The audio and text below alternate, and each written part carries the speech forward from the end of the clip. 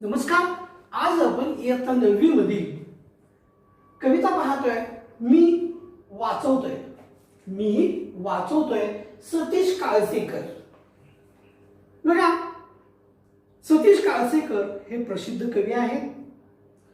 इंद्रोपनिषद, साक्षात, विलंबित हे त्यांचे कविता संग्रह. कविता लेलींसाठी या लेलींच्या जगभरातील कवितांच्या अनुवादाच्या संग्रहाचं त्यांनी संपादन केलं. तात्पर्य, मागोवा, लोकवाङ्मय या नियतकालिकांच्या संपादनात फार मोठा सहभाग लेखकांचा आहे. त्यांच्या एकंदर साहित्य निर्मितीसाठी 2013 मध्ये त्याला साहित्य अकादमीचा पुरस्कार प्राप्त आहे. असे लेखक या ठिकाणी कवितेचे कवी सतीश काळसेकर यांनी 2007च्या दिवाळी जो अंक प्रत्येक वर्षी निघतो, साधना नावाचा दिवाळी अंक आहे 2007चा, या मासिकामधून ही कविता आपल्या समोर ठेवलेली आहे. मी वाचवतोय. तर मी वाचवतोय या कवितेमध्ये कवी काय सांगताय, तर वेगानं बदलत जाणाऱ्या समाजाचं वास्तव चित्रण. जसं काळाप्रमाणे, वेळेप्रमाणे समाज बदलतोय आणि या बदलाचं स्वरूप जे आहे, हे स्वरूप कवी आपल्या कवितेतून व्यक्त करतात. कवी त्यांच्या स्वतंत्र अस्तित्वाच्या गोष्टी वाचवू इच्छितात. महानगरातील जीवनातील वास्तवतेच्या जी काही वास्तवता आहे महानगरातील, त्या वास्तवतेच्या अस्तित्वाचं जी आलेली अवकळा आणि सभोवतालच्या सामाजिक स्थितीचं चित्रण कवी सतीश काळसेकर यांनी आपल्या कवितेमध्ये केलेलं आहे. जसं काळाप्रमाणे माणूस बदलतो, तसं काळाप्रमाणे गाव बदलतं, तसं काळाप्रमाणे शहरही बदलतं. लक्षात आलं? बदल हा एक महत्वाचा घटक आहे. लक्षात आलं? बदल हा महत्वाचा घटक आहे. आणि म्हणून जेणेकरून त्या बदलाला अनुसरून तो बदल कुठेही, मग तो गावात असेल, खेड्यामध्ये असेल, मोठ्या शहरामध्ये असेल, हा सर्व ठिकाणी बदल होत असताना आपल्याला दिसतोय. पण बदल होत असताना जुन्या ज्या काही चांगल्या गोष्टी आहेत त्या वाचल्याच पाहिजेत. यासाठी कवीनं आपल्या समोर एक विचार व्यक्त केलेला आहे. बघा काय सांगतात. हकेतून हद्दपार होते आई, हमरायच्या थांबल्यात गोट्यातल्या गाई. कवी सांगतात की हकेतून हद्दपार आई हद्दपार होते. साध, स्वर, प्रत्येक व्यक्तीच्या जीवनामधला साध आणि स्वर याच्यामध्ये असणारा आई नावाचा जो शब्द आहे, हा हद्दपार होतोय. कारण आईची जागा मम्मीनं घेतली आणि घराघरामध्ये मम्मी पुढे आली. आई हा आपुलकीचा शब्द बाजूला गेला, त्यामुळे आपुलकीचे असणारे शब्द लयाला गेले, बाजूला गेले. वास्तविक पाहिलं तर मम्मी म्हणजेच मृत शरीर, शव, त्याला मम्मी असं म्हणतात इंग्रजीमध्ये. पण आपण आपल्या आईलाच मम्मी म्हणायला लागलो आणि आधुनिकतेचं वारं शिरल्यासारखं वागायला लागलो. म्हणून कवी सांगतात की हकेतून हद्दपार होते आई, की हमरायच्या थांबल्यात गोट्यातल्या गाई. कोणतीही गाई आपल्या वासरासाठी हमरत नाही, आपला आरडाओरडा करत नाही. म्हणजे माय आणि लेकरू, आई आणि लेकरू यांच्या संबंधाचं मायेचे जे काही संबंध आहेत ते संबंध आता राहिलेले नाहीत. मायेचे संबंध आता राहिलेले नाही आहेत. हरवत चाललाय किराणा आणि भुशार सुपर मार्केटच्या झगमगाटात. अगदी काळाप्रमाणे जसं जग बदलतं त्याप्रमाणे जेणेकरून मोठमोठे जी दुकाने म्हणजे संबंधित या एकंदर रचनेमध्ये दुकानं खेड्यातील दुकानं संपायला लागली. जे सुपर मार्केटच्या झगमगाटात सुपर मार्केटचा झगमगाट जे मोठमोठे मॉल लक्षात घ्या. यंत्रणा जशी बदलली तशी त्या ठिकाणी अनेक ठिकाणी सुपर मार्केट मोठमोठे मॉल तयार झाले आणि या मोठमोठ्या मॉलमुळे लोक या सुपर मार्केटमध्ये येऊ लागली. लोकांची पहिली पसंती सुपर मार्केटमध्ये येऊ लागली. याचं कारण काय? तिथं गेल्यानंतर सगळ्या वस्तू लोकांना मिळायला लागल्या. एक वस्तू एका दुकानातून दुसरी वस्तू दुसऱ्या दुकानामध्ये, तिसरी वस्तू तोपर्यंत तिसऱ्या दुकानामध्ये, असं न करता सुपर मार्केट म्हणजे जे मोठमोठे मॉल आहेत त्या मॉलच्या ठिकाणी गेल्यानंतर सगळ्या वस्तू आपल्याला मिळतात. लोकांची पसंती काय असणार आहे? मॉलमध्येच असणार आहे. लक्षात आलं? जसं डी मार्ट आपल्याकडे आहे, लक्षात आलं? तर अशा ठिकाणीच लोक काय करतात? जातात. एकदा गेले की पाहिजे ते घेऊन येता येतं खिसा बघून. त्यामुळं बघा कवी सांगतात की सुपर मार्केटच्या झगमगाटामध्ये मोठमोठ्या सुपर मार्केटच्या झगमगाटामध्ये जी किराणा आणि भुशाराची जी काही दुकानं होती ही दुकानं हरवत चाललेली आहेत. ही संपत चाललेली आहे. जी जुन्या काळात मागच्या काळामध्ये लोकांची गरज होती, किराणा मालाचं दुकान, लक्षात आलं, अन्नधान्याचं दुकान, ही गरज होती. पण मोठमोठ्या सुपर मार्केटच्या झगमगाटामध्ये मोठमोठ्या मॉलमुळं लहान लहान असणारे जे काही किराणा आणि भुशार मालाची दुकान जी आहेत ती दुकानं संपलीत. जे काळाच्या ओघात ती बाजूला गेलीत. त्यानंतर ते काय सांगतात? लोहाराचा भाता, कुंभाराचा आवा हे सुद्धा गावगाड्याबरोबर निघून चाललेले आहेत, संपलेले आहेत. लोहाराचा भाता, लोहार काम करत असताना लोखंडाची जी काही कामं असतात ती कामं करत असताना ते तापवण्यासाठी त्या ठिकाणी एक मशीन असतं, लक्षात आलं? त्यापासून कोळसा वगैरे तापतो आणि तापल्यानंतर मग ते सळी वगैरे तापते आणि त्यानंतर बाकीचं इतर काम होतं. लक्षात आलं? उघडझाप करायचं ते असतं. लोहाराचा भाता अर्थात आधुनिक काळामध्ये त्याच्यामध्ये वेगळ्या पद्धतीचे टेक्निक आलं, टेक्निशियन आलं, तंत्र आली, त्यामुळं हा भाता बाजूला गेला. कुंभाराचा आवा, लक्षात आलं?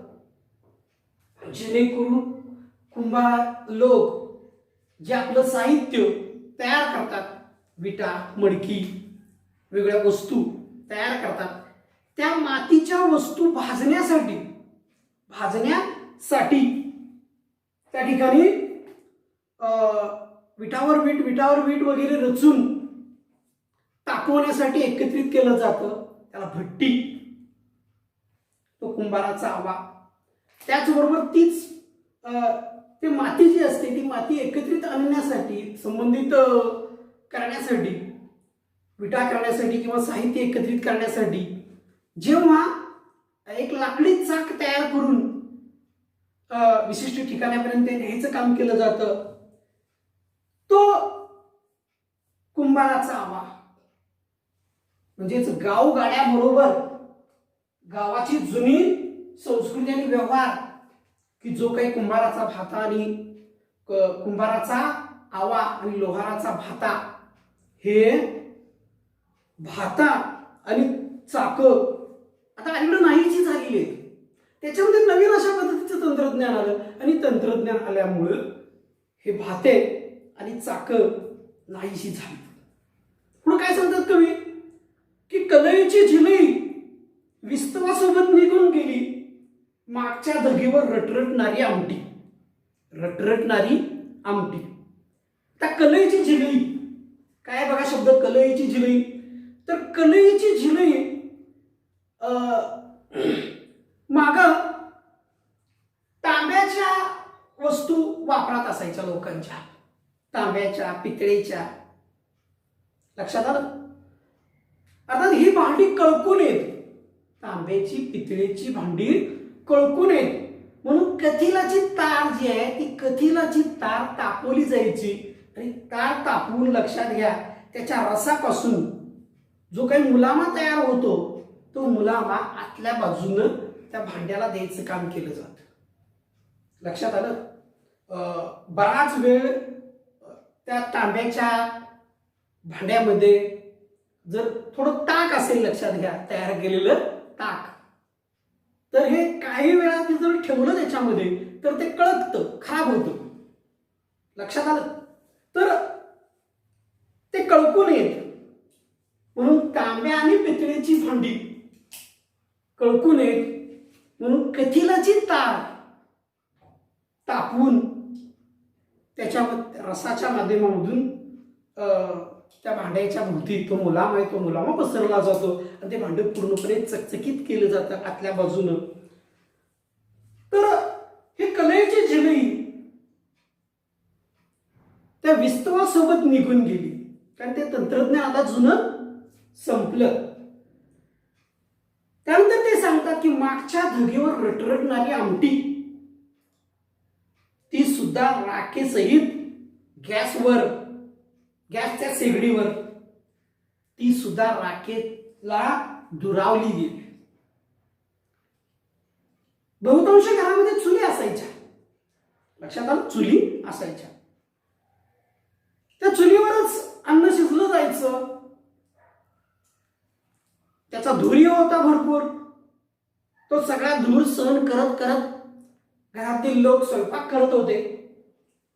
बघा त्या चुलीमध्ये असणारी जी काही राख आहे ती राख बाजूला ओढून चुलीवरचा भात किंवा आमटी त्या फक्त धगीवर शिजते, ती पूर्ण होते. पण आता चुलीच नष्ट झाल्या. आधुनिक स्त्रिया स्वयंपाकघरामध्ये आल्या. आधुनिक स्त्रिया स्वयंपाकघरात आल्यामुळं त्यांना ती चूल बाजूला गेली आणि चूल बाजूला गेल्यामुळं चुलीमधली असणारी राख आहे तीही बाजूला गेली. त्याच्यावर जी काही आमटी शिजत होती, भात शिजत होता, पण ती आता राखेशिवाय काय होते, शेगडीवरच शिजते. गॅस शेगडी. लक्षात आलं. गॅसची जी शेगडी असते त्याच शेगडीवर तो जो भात आहे तो भात किंवा ती आमटी त्या गॅस शेगडीवरच त्या ठिकाणी शिजते. पुढे बघा कवी सांगतात की प्रत्येकाच्या संभाषणामधून, प्रत्येकाच्या बोलाचालीमधून आज माझ्या आईची बोली निघून चाललेली आहे, निष्ठत चाललेली आहे, लांब चाललेली आहे. आईची बोली, मातृभाषा, मराठी भाषा, या मराठी भाषेवर परकीय शब्दांचं झालेलं आक्रमण आणि त्यामुळं जे काही इंग्रजी किंवा आणि इतर भाषेमुळं जी आज माझ्या आईची भाषा जी आहे, आज माझ्या घरामध्ये बोलली जाणारी भाषा आहे, ती हळूहळू बाजूला निघालेली आहे. कवी सांगतात की सुट्टीत आता मुलं विट्टी दांडू खेळत नाहीत. फार बदललं हो जग. विट्टी दांडू खेळत नाहीत. त्याचबरोबर लगोऱ्याही खेळत नाहीत. विट्टी दांडू लगोऱ्या हा खेळ खेळत नाहीत. त्याचबरोबर आट्यापाट्या हा एक वेगळा खेळ आहे. हा खेळ सुद्धा अलीकडे मुलं खेळत नाहीत. त्यामुळं सगळा त्यांचा दंगा संपलेला आहे.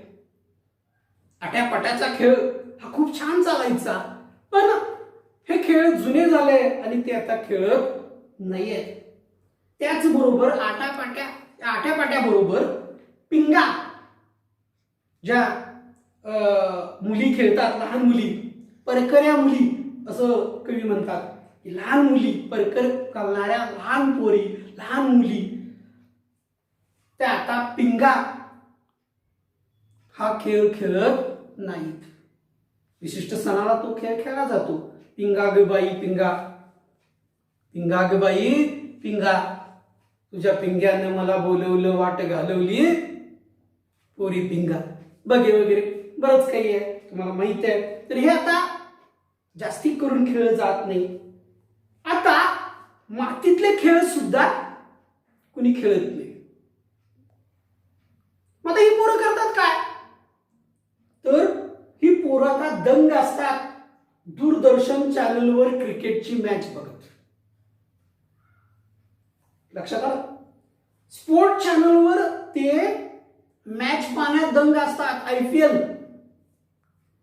लक्षात आलं की IPL पाहण्यात आणि इतर काही पाहण्यामध्ये ती दंग असतात. आणि उलगडत क्राईम थ्रिलर आणि गुन्हेगारी विश्वातील मालिका ते बघतात. गुन्हेगारी विश्वातील ते मालिका पाहतात. ड्युएल सारखे गेम वगैरे असतात. लक्षात आलं? वेगवेगळ्या गेम लक्षात आलं? त्या अगदी जीवन संपवणाऱ्या असणाऱ्या ज्या काही खेळ आहेत, गेम आहेत, त्या गेम सुद्धा ही मुलं खेळतात. गुन्हेगारी विश्वातील असणाऱ्या मालिका पाहतात. बघा पुढं, लिहिते हात आता लिहिते राहिले नाहीत. शब्द बापुडे केवळ वार तसे विरून जात आहेत. बघा कवी म्हणतात की पूर्वीसारखं काही गोष्टींचं लिखाण आता होत नाही. पूर्वी जे लिखाण होत होतं तसं आता लिखाण होत नाहीये. लिहिणाऱ्यांचा सराव आता थांबलेला आहे. त्यामुळं हे शब्द केविलवाणे होऊन, बघा हे शब्द केविलवाणे होऊन फक्त वाऱ्यासारखे विरून जात आहेत. शब्द बापुडे केवळ वारा तसे विरून जात आहेत. कारण पूर्वीसारखं आता कुणी लिहित नाही, लिखाण करत नाहीये. त्यानंतर लिहिणाऱ्यांचा सराव थांबला. त्यामुळं शब्द केविलवाणी होऊन फक्त वाऱ्यासारखं विरून जातात, संपून जातात. शेवटी बघा कवी काय म्हणतोय, मी वाचवतोय माझी कविता आणि माझी आई आणि माझी बोली आणि माझी भूमी कविते सोबत. कवी काय म्हणतात, जे बदलणार आहे ते बदलू दे. शेवटी बदल हा संपूर्ण सृष्टीचा एक नियम आहे. लक्षात आलं? बदल हा होणारच. पण हा बदल होत असताना सर्वसाधारणपणे मला काही गोष्टी वाचवायला पाहिजेत आणि त्या गोष्टी तुम्ही वाचवायला पाहिजे. तुम्ही सुद्धा माझ्या बरोबर असलं पाहिजे. ते काय म्हणतात बघा, अशा बदलत्या भयानक वास्तववादी